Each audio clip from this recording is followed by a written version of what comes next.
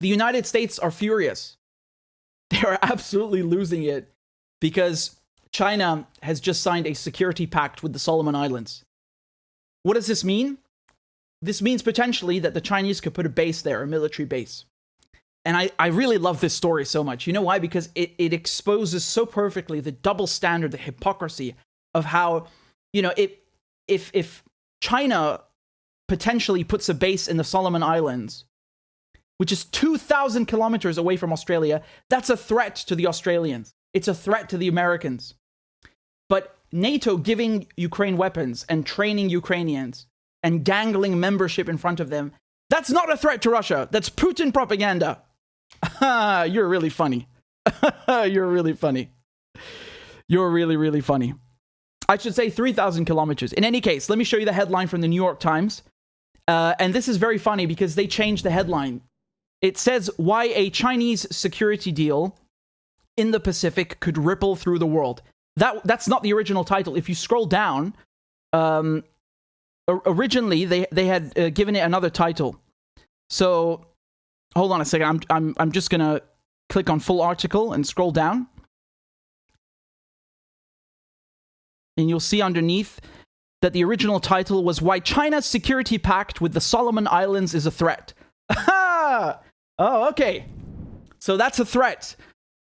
Okay. So let's see what's going on. Basically, this draft, the draft agreement was leaked last month in March. And the Australians made a big fuss about it because obviously they're very close to the Solomon Islands, or fairly close. And they've gone ahead and signed this, the Solomon Islands and China. And they are saying that this is to quell domestic unrest. Okay, so it's not about putting a Chinese base in the Solomon Islands. It's about the Chinese sending in or intervening in case there is, there are more protests or looting like we saw a few months ago. So this is what they say in the New York Times. They say that the Chinese and Solomons officials have both suggested that the security agreement is needed to ensure stability after several days of violent unrest in November aimed at both Chinese interests and the Sogavare government. In the draft, almost anything tied to China, from its citizens to small businesses to infrastructure to stadiums, like the one a Chinese contractor is building in the capital, Honiara, could be enough to spur a request for Chinese troops. Now, the Americans, as I said, are very angry about this. And they sent a delegation to the Solomon Islands, and they spoke with them. And here's what happened. I'm going to give you the readout from the White House about this visit, okay? So they say that on April 22nd, a high-level U.S. delegation, which was led by the National Security Council Indo-Pacific Coordinator Kurt Campbell. Christ, what a title. You can see their titles. I'm not going to read all of them. They visited Honiara in the Solomon Islands. The delegation met for 90 minutes with Prime Minister Sogavare, along with 24 members of his cabinet and senior staff. Okay?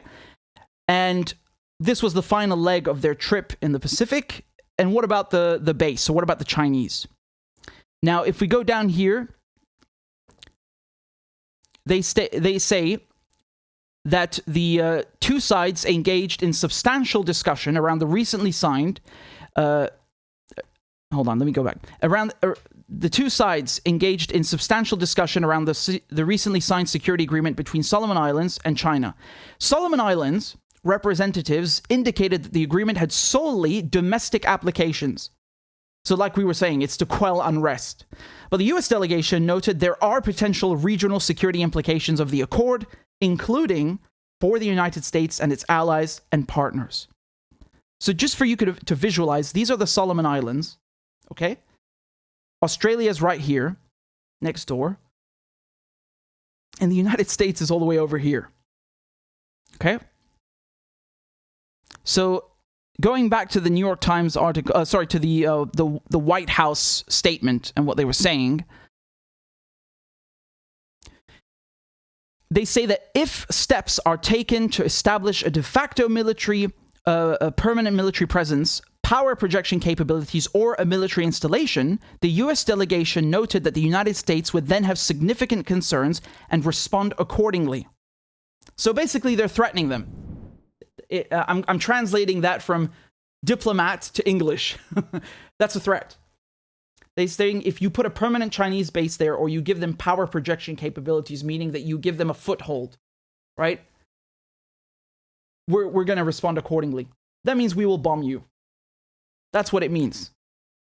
Make no mistake about it. That doesn't mean we're not gonna answer the phone when you call us. We're not gonna pick up. It means we'll bomb you. That's what it means. And again, look at the distance between the United States and the Solomon Islands. Look at that. These are the Solomon Islands, and the United States is over here. Let's just do a quick test, shall we? Let me right-click over here. Let me hit measure distance, and let's go all the way over here.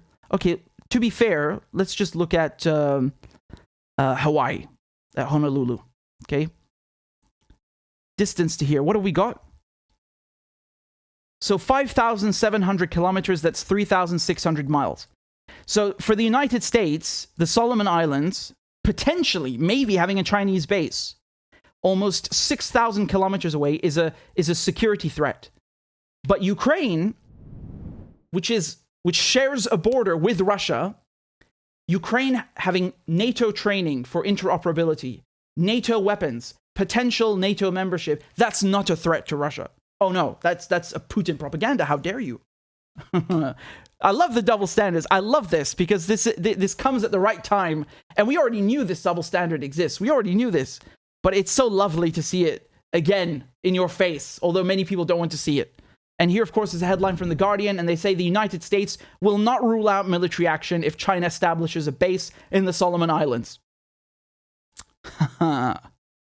So Ambassador Daniel Crittenbrink, who's the Assistant Secretary of State for East Asian and Pacific Affairs, he was part of that delegation, right, of that 90-minute meeting with Sogavari, the Prime Minister. And he said that the United States' willingness to act in the region if a military base were established by China. This is funny. He says, of course, we have respect for the Solomon Islands sovereignty, but we also wanted to let them know that if steps were taken to establish a de facto permanent military presence, power projection capabilities, or a military installation, then we would have significant concerns, and we would very naturally respond to those concerns. Gee, that's amazing. So you're allowed to have security concerns and respond accordingly, but not Russia. You're very funny. Do you see this sort of like this American exceptionalism? Like we are the adults. We are the only ones who are allowed to have security concerns. We get to decide what's a threat, and we will respond accordingly. But you don't get to do that. You don't get to do that. And I love that we respect their sovereignty, but that's not what you said about Ukraine. That's not what you said about Ukraine. You're really funny. You're really funny. And this is to make no mention, of course, of Syria and Iraq and Afghanistan and so on and so on. That's to make no mention of the last, 70 years of CIA coups and US bombings. My goodness. Don't you love this hypocrisy? Look at the number of US bases in the Pacific. Just look at how they've basically surrounded China. They have US bases in Japan, as you know, of course. They certainly have a foothold in Taiwan politically, at the very, very least. I mean, who's the threat to who over here? Please, be honest, be objective. Look at this map. Look at the US bases, the Australian bases. Fair enough, Australia's here. This is their country. But with AUKUS, which I'll get to in a second, this changes, right? So look at the American bases. They're on the other side of the Pacific Ocean, an entire ocean away, on China's doorstep. And you want us to believe that China's a threat to the US? Really? It's funny. You're really funny. Now, of course, we have the other issue with AUKUS. So 6 months ago, I covered this live as it was breaking. There's a new military alliance that's formed between Australia, the United Kingdom, and the US. For short, it's called AUKUS. Yeah. And the idea behind that is, this is nothing new. You guys know that the United States, the US, the UK, they've been allies for a long time. You could also throw in New Zealand and Canada, especially in World War I, World War II. There's the Quad. There's, of course, ANZUS and everything. But I just want to show you something here about what AUKUS means, because it's a game changer in terms of what capabilities Australia has. It's not about, the US and Australia fighting together. That's nothing new. They fought together in Vietnam. That's nothing new. But with AUKUS, the United States and the UK would share, they would basically share cyber warfare capabilities. And on top of that, they would give 8 nuclear attack submarines to the Australians.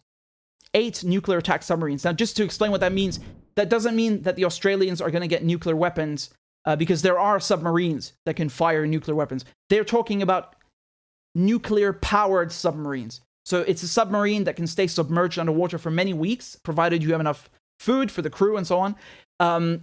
But it doesn't need fuel. It runs on a nuclear reactor, and it's much more energy efficient, right? So they're going to give the Australians a new capability, which they do not have. They don't have nuclear-powered submarines. And on top of that, they're going to give them Tomahawk cruise missiles, okay? And Hobart-class destroyers, joint air-to-surface standoff missiles that are extended range, long-range anti-ship missiles, and those will be for its F-18 and F-35 aircraft, which they've already, begun the process of buying from the US. So this significantly, boosts Australia's military capability. There's no question. And I think it's completely absurd to look at this and then say, I wonder why China might put a base in the Solomon Islands. What, you think they don't know what you just did? You think the Chinese are not aware of AUKUS, that you're giving the Australians all of this awesome capability? Keep in mind, there's a huge spy station, a US spy station in Australia called Pine Gap, right? And that's been used, of course, in the so-called War on Terror. It should really be called the War of Terror.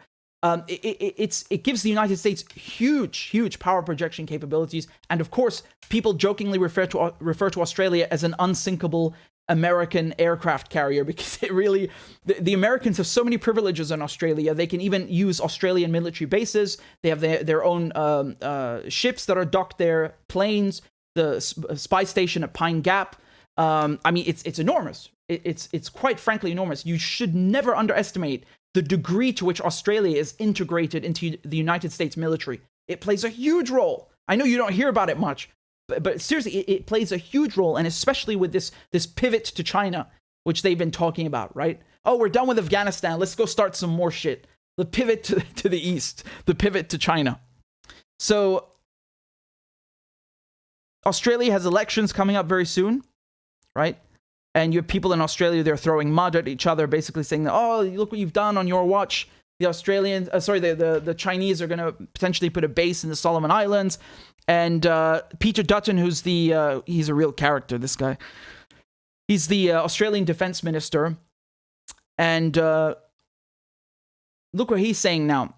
He's saying that there's a dire China situation and fears of a chemical attack on ally. What's he saying then? Let's go down here and take a look. So Australia's defense minister has doubled down on concerns China is a growing threat, claiming the nation could mount a chemical attack in the next 4 years. Really? Did they give you a date and a time? That's so vague. That's so vague. I love these red lines they keep drawing. That, oh, if you use chemical weapons, that's the red line. Like, as if they don't use chemical weapons. Like, hypocrisy aside, just be clear with. I want to be clear with one thing. This chemical weapons red line is just an excuse that NATO countries use to bomb other countries, right? They've done it with Iraq. They've done it with Syria. That's what it really is. In any case, Peter Dutton is saying, I think the circumstances are as dire as they were in the 1930s. I'm happy to present the facts, and then people can draw their own conclusions. So they're actually comparing the present time to the lead up, to the build up towards World War II, which, I mean, listen, I agree the world is not really a safe place right now, especially what's happening in Ukraine, and especially with AUKUS. But I think that's a bit of a stretch. It's kind of like when they say, oh, the war in Ukraine is the biggest conflict in Europe since World War II. Like, they just conveniently leave out the part where NATO bombed the crap out of Yugoslavia. Very convenient. And they like try to specify in Europe. right? So you can't tell them, hey, hold on a second, who bombed Iraq and Afghanistan and Syria and Libya and Yemen, right? But we won't forget Yugoslavia.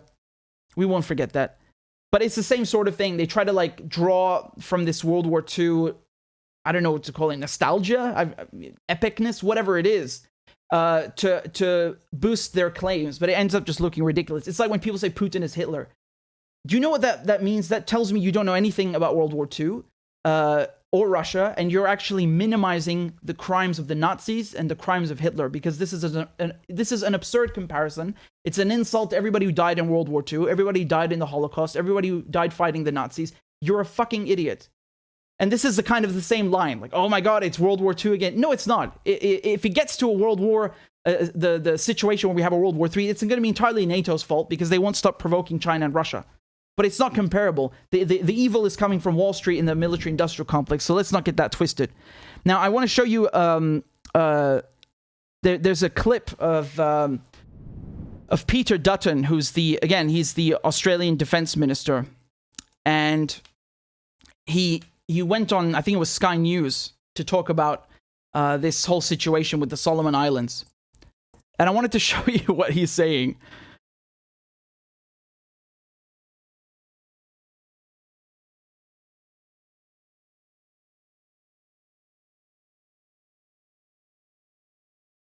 Look at this ridiculous quote. Prime Minister Scott. He's saying the only way that you can preserve peace is to prepare for war. Wow. Look, it's a great day of commemoration for our country, and I think our country should be proud of the way in which we do it right across every small town and every capital city services, and the numbers aren't dwindling. I was at Kalanga RSL this morning, and even in the pouring rain, people were coming out with their kids and their grandparents, and they were honouring a fine tradition. We're not a lucky country by chance. People have fought for it and they've sacrificed, and many of those soldiers and those that have served in conflict are still living with those scars today, Carl. So pay tribute to our original Anzacs, but also to all of those men and women. He's talking about Anzac Day, which is basically like, I think in the United States you would call it Veterans Day. In the UK, we call it Remembrance Day, so it's usually November 11th. Yeah, okay, sure, I get that, but I don't like how they try to draw off of that to basically justify new wars. I'm pretty sure that people that fought in World War II are not happy with what you're doing because they were actually fighting a threat, and this is just antagonism and trying to make money. In any case, I'll just fast forward to where he says this. Pete, good morning to you. It's always such a big and important day, isn't it? Look, it's a great day of commemoration for our country, and I think our country should be proud of the way in which we do it right across every small town and every capital city services, and the numbers aren't dwindling. I was at Kalanga RSL this morning, and even in the pouring rain, people were coming out with their kids and their grandparents, and they were honouring a fine tradition. We're not a lucky country by chance. People have fought for it and they've sacrificed, and many of those soldiers and those... The Prime Minister this morning in Darwin also mentioned this new threat. The arc of autocracy, he called it when he addressed the huge crowds that were in Darwin. The arc of autocracy. The arc of autocracy. It sounds like the axis of evil. Oh, God, they're so corny. Main concerns in regard to that on this Anzac Day. Well, Carl, I just think that's the reality of our time, and we have to have a proper understanding of it. We have to have a conversation and really be frank about the intelligence and the advice that we're receiving and reading. And as I say, we shouldn't take for granted that the sacrifice that was made by the Anzacs or those in World War II or in a replay and part of what's happened in the 1930s. And you don't need to over-egg it. The Chinese are, through their actions, through their words, on a very deliberate course at the moment. And we have to stand up with countries to stare down any act of aggression to make sure that we can keep peace in our region and for our country. How are you going to handle that? Because Like, I know it's difficult to talk about this on Anzac Day, but it is happening. You're setting up a red line in the Solomons. I'm sure our diggers, it sends a shiver down their spine when they look at the potential of all of this. But how will you possibly stop it? Well, Carl, the only way that you can preserve peace is to prepare for war and to be strong as a country, not to cower, not to be on bended knee and be weak. That's the reality. We are a country with a proud heritage that we commemorate today, the most important day on our calendar. This is the kind of ridiculous, the drivel that they have. This is the drivel that they have to antagonize China. I want to show you just a very short clip. This is from Sogavari. He's the Prime Minister of the Solomon Islands. He's the guy who just signed the security pact with China and who the US delegation went to speak to for 90 minutes. And I just found this clip because they tried to oust him a few months ago with a vote of no confidence. Okay? Let's take a look at what he's saying here. Not be reconciled. Why he had to use lawlessness and criminal activities to achieve his purpose, because the reasons are simply childish, frivolous, and vexatious. The whole thing is about the leader of the opposition and who else on the other side of the house wanting to be Prime Minister. That's what it is. You want him sit here? Well, he's not messing around, is he? He goes on to call the opposition agents of Taiwan. So I think you can kind of get a little hint or a whiff of which way he's leaning, and he's not exactly a fan of the US and Taiwan. So I just want to be very clear. I think the most interesting thing about all of this is the hypocrisy. Because look at the LA Times, what they said. The headline says, if you think NATO is the real threat, you're falling for Russian propaganda. And then when it comes to China and the Solomon Islands, they say, the US will not rule out military action if China establishes base in the Solomon Islands. And then the New York Times, they originally called their article, what did they say at the bottom? They said, why China's security pact with the Solomon Islands is a threat. You're very funny. You guys are really funny. Thank you again so much for proving my point. That, when the West, when the NATO, when Orcas, they feel threatened, it's okay for them to attack somebody else because of a security pact. But trying to get Ukraine into NATO, giving it weapons, giving it NATO training and interoperability, that's not a threat to Russia. That's propaganda. You people are so lame. They are so lame, and they just prove again how everything we're saying is right. So it's nice to be vindicated. Obviously, I prefer that none of this is happening. We'd be far better off. But it's good, this is vindicating. It proves the point again, how the media, they always cover for the military-industrial complex. And they always make it seem like, the West, the white man, the West, they have the right to security, and they have the right to guarantee their security. And they can respond accordingly. And their sense of security must be taken seriously. But everybody else, you can go screw yourself. Go away, you don't matter. Your borders, your sovereignty, they don't matter. We're gonna keep poking you and provoke you, and if you claim that we're threatening you, that's propaganda. Because you are not equal to us. It's impossible for you to have security concerns like us.